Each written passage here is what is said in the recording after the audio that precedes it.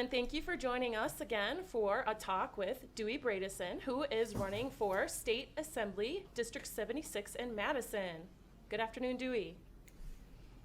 Hi, Pam. So we're going to talk today about K through 12 funding. So to start us off, can you explain to us why K through 12 funding is so important? Sure. Two words: democracy and the economy. So, an educated populace is very important for to keep voters educated in order to uh, make informed decisions on voting. Mm-hmm. And without education, our workforce will not have the people it needs to do the jobs we need done in a modern economy. And as far as what is working or not working in the current approach that you're seeing with the K through 12?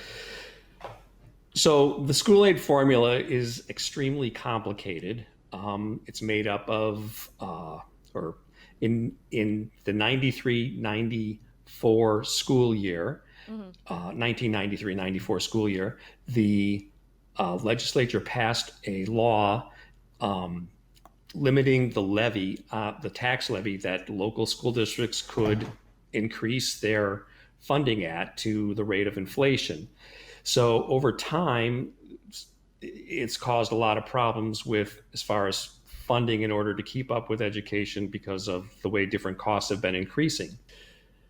And then after that, in 1996, they passed a law to limit to make the state pay 2/3 of the school costs. And over time, the state has steadily reduced that amount to now they're 50% or even less. Um, so the goal of that was laudable in order to decrease um, property taxes, or at least limit their rate of increase. But over time, it's caused big problems in that school districts have had not enough money to keep up with what they need to do. And so what they've usually been doing, or the two things that they've been doing, is using deferred maintenance in order to preserve their budget, and then also increasing school fees, student fees, which disproportionately affects lower income and minority students. Right, okay. And Madison is known for being a property wealthy school district. Is that correct? Yes. And so, go ahead. So also in the school aid formula, it makes a difference as to whether you are a wealthier school district or how your property taxes stack up against the rest of the state. So if you have higher property taxes, you get less money back for the amount that you send in, whereas the lower property tax districts get more money back. So that does equalize things out to some degree, though it needs to be discussed how fair that is.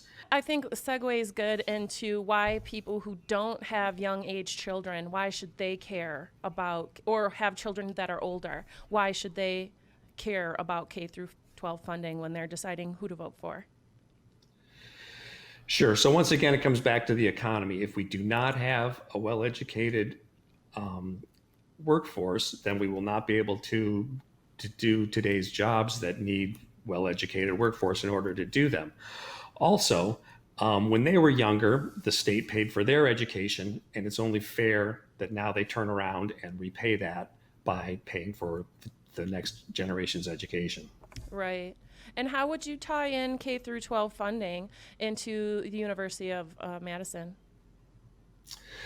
So it's important in order to have students prepared for a university education that they come out of high school. When they graduate high school, they are Mm-hmm. ready to go to the university.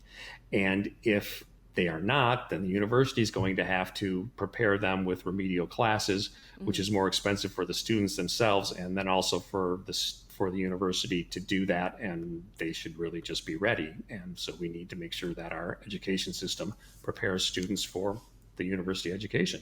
Right, definitely. So, is there something in specific you would say is lacking? I don't know if it's the teachers, the salary, technology, that you would focus on. So in Wisconsin, the local school boards determine what they need for their own budget, depending on what the different needs of that school district are. And I would plan to keep things that same way. So it's up to the local school districts to decide what their priorities are for spending. I wanted to ask you a bit about online versus in person class attendance because of COVID-19. What are your thoughts on that? How we ended last year and how we should start these next semesters or school years? Sure. So I do see having to start classes online at least, and we need to see where the whole virus thing goes. And it may be this way for another semester or even another year until we do get a vaccine. But I believe we need to keep our students safe, our teachers safe, and our families safe because these people will be interacting with everybody else out in society. So we want to stop the spread of the COVID-19 virus. And the only way to do that is to keep students out of school. As for online learning, the teachers, the parents, and the students all have a steep learning curve here to try to learn all the things they need to do to make this. Some parents are better at keeping their students on track. Some students are able to do it by themselves. And then the teachers have to learn all this new technology in order to teach online also. My biggest worry is that they're in rural parts of the state, and then also poor students will not have the technology, either whether it's the laptop or the computer that they need to access everything that they can get, and then also the broadband in order to do that. So we need to make sure that these students have access to the technology that they need. And do you have any concerns? Some people I've heard are worried about relying on the state aid recovery from COVID-19 and concerns about lawmakers freezing spending limits. What are your thoughts on that? So yes, there's going to be a huge hole in this budget from the COVID-19 epidemic.